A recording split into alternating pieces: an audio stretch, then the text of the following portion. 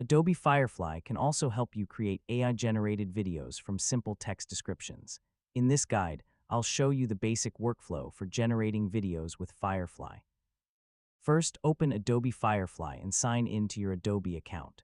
From the Firefly workspace, look for the video generation or text-to-video feature available in your current interface. Once you open the video generation tool, you'll find a prompt area where you can describe the video you want. Try to explain the subject, environment, movement, camera direction, lighting, and overall mood. For example, you could enter a cinematic drone shot flying over a tropical beach at sunset, gentle ocean waves, warm lighting, realistic details. Smooth camera movement. Now start the generation process and wait while Firefly creates the video.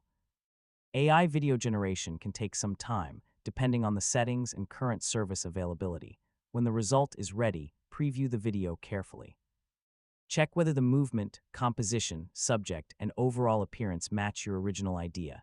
If something doesn't look right, improve your prompt and generate another version. You can make your instructions more specific by describing how the camera should move or how the subject should interact with the environment. You can also explore the available controls for adjusting the visual style, aspect ratio, or other video settings.